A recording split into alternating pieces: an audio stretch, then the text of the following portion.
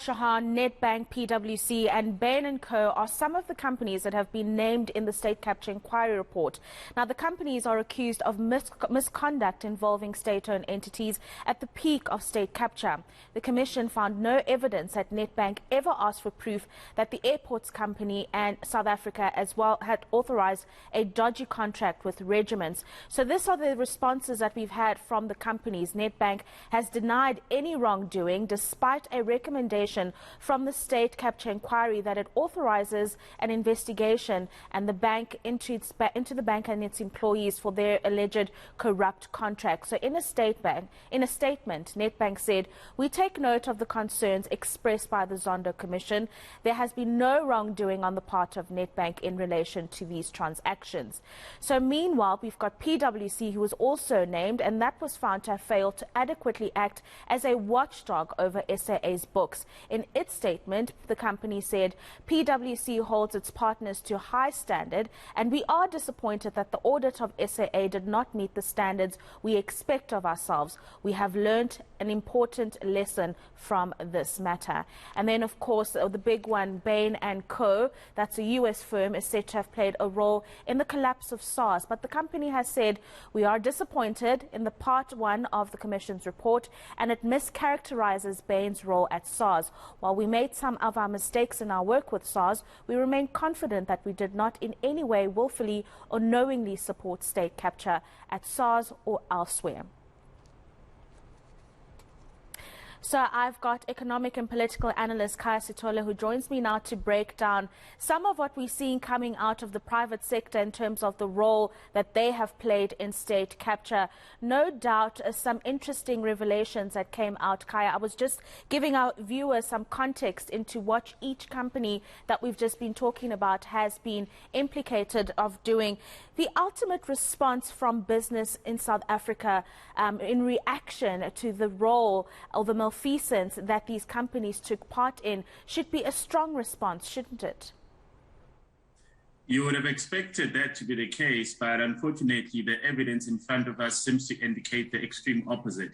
I think if we can track this, we can even take it back to the way KPMG was embraced by the business community long before they essentially explained to South African citizens what exactly had prompted them to do the type of work that they did, and then retracted in relation to SARS. So if you remember that it was business leadership in South Africa that took the first step of saying that they felt that KPMG had repented, it does appear that the way the business environment sort of treats its own members is very different to what society would expect them to treat them.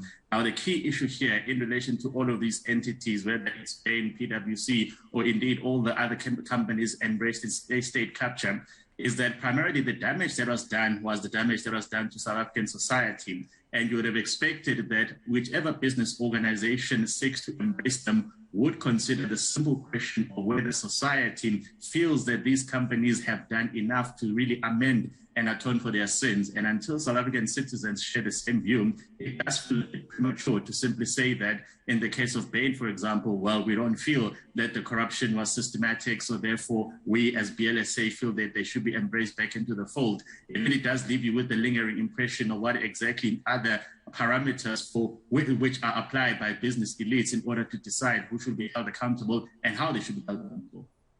Then it brings about the role of organizations like SAICA or URBA in dealing with some of these issues that we're seeing. At PwC, for example, the report very scathing in that it indicated that PwC was actually unable to carry out its role as an auditor for 5 years, managing SAA's books and letting things slide. Surely there's a bigger role that organizations that oversees auditors and accountants to do something about this.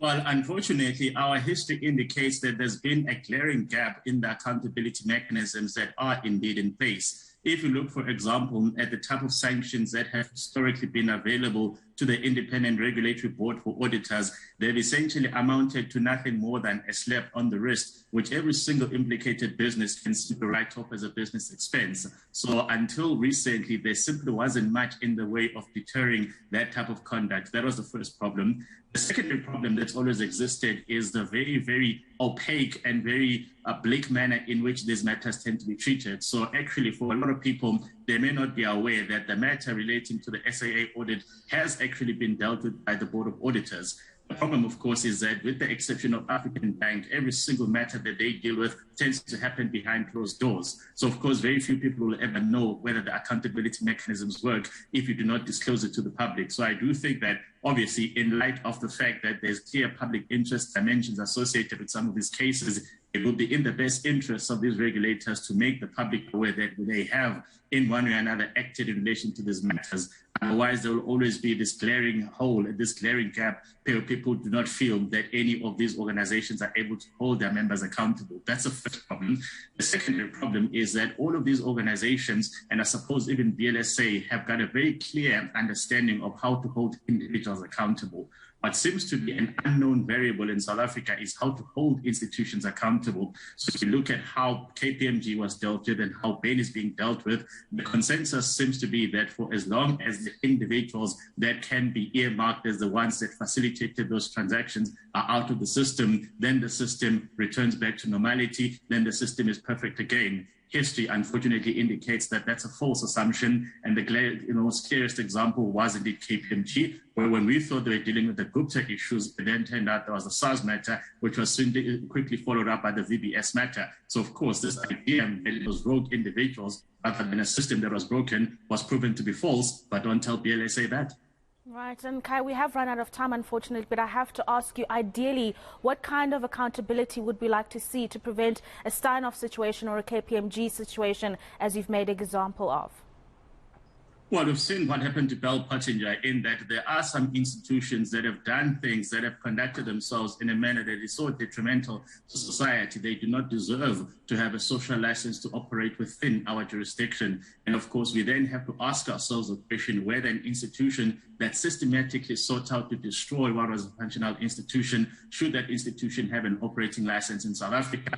And how would I get towards saying that we need to be a bit more demanding from these institutions rather than simply saying that get rid of the rogues and then we can move on, because the damage has just been too great.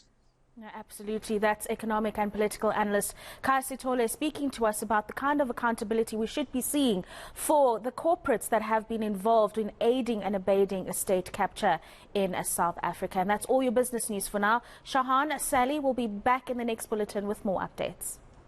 Thank you very much, Rofhiwa. Still to come.